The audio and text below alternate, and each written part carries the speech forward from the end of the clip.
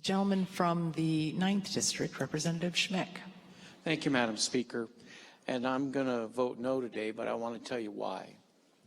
One of the things that this bill does in Section 3, it removes electricity. They don't have to meet these standards. And we can do that now because of the clean energy that our hydro dam system produces.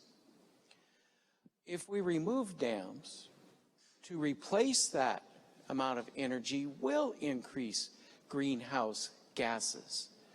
That's one of the reasons why I'm not in favor of this. Secondly, according to, and I want to get this right, so permission to read where this report came from?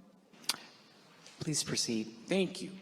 The Puget Sound Clean Air Agency in September did a report of September of 2019, and it said, and I'm only going to talk about diesel because I'm a farm, I used to farm, that's what's important to me.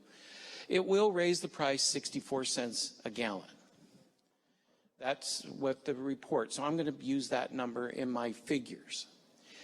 I was talking with the potato guys because a lot of those are my constituents, and I hope you all enjoyed a nice hot potato yesterday. Some of the products that we export here in our wonderful state. I did. Thank you. And a lot of those guys are from my district. So we were visiting, and I said, okay, let's break this down into numbers that we all can understand.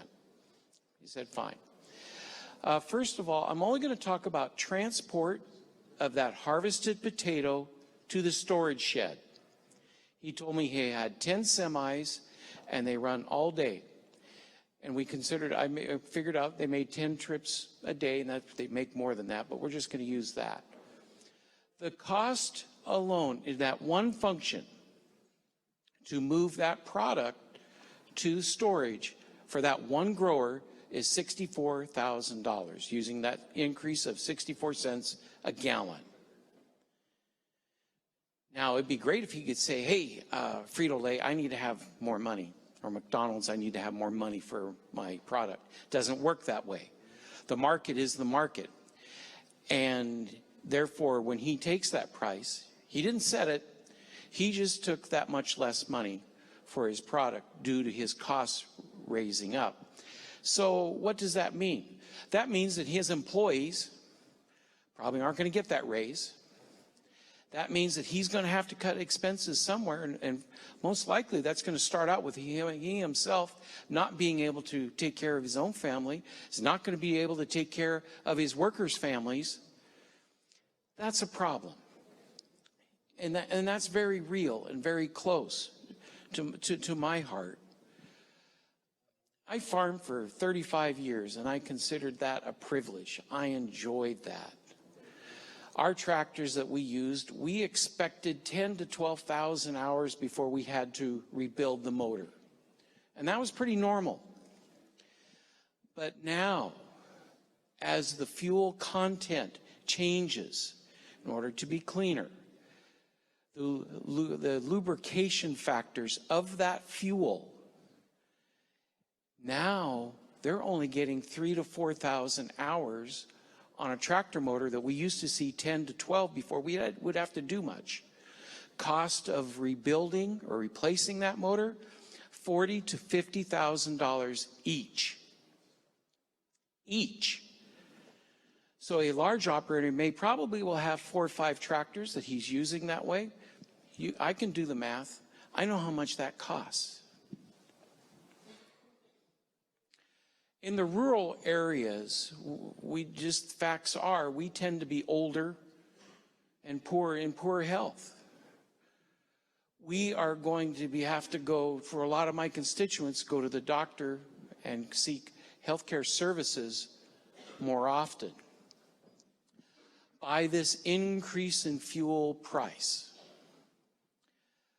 what are they going to choose? Because there will be, if you have a fixed income, you choose, and your choices are, do I do this or do I do this? I can guarantee that for some of my constituents, it's an hour's drive to buy milk, bread, staples, stuff that we stop by the store on the way home from here every day. Well, for them, it's an hour's drive. What are they going to choose? When they're fixed income, that they have limited time they can do, or limited budget to be able to go make multiple trips, they're just not going to be able to afford that. What are we going to tell those folks? What about our young families just trying to make a living? Yet we're going to ask them to do this.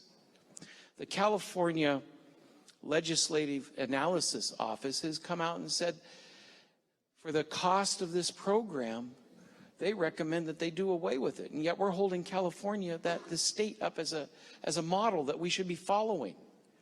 And yet they're recommending that they do away with this. And yet we're marching down the same road. Madam Speaker, for those reasons, I'm going to be voting no for the constituents of the 9th District. It is an ag-oriented area. Shoot, in the wheat industry, they've had 3 bad years in a row. There's been more land change hands this year than I've ever seen before. People are giving up ground because we can't afford it. The costs are there, the returns aren't, and we're quitting. Now, some would say, well, that's just more opportunities for younger farmers. Yeah, well, sort of. But the more established farmers that could eat up this ground and take it, they're not taking it. They're passing. That's unheard of in the wheat industry. And it's because they cannot provide for their workers and their families. So why do I take on more debt? Why do I take on more costs? They're refusing to do that. I worry about, you know, we've had bill about suicidal rates for farmers, how high they are. Well, when we add costs that they can't recoup, we're headed down this road. So I beg of you, please take this bill down. For the growers and the people of the 9th District, I ask that. Please vote no.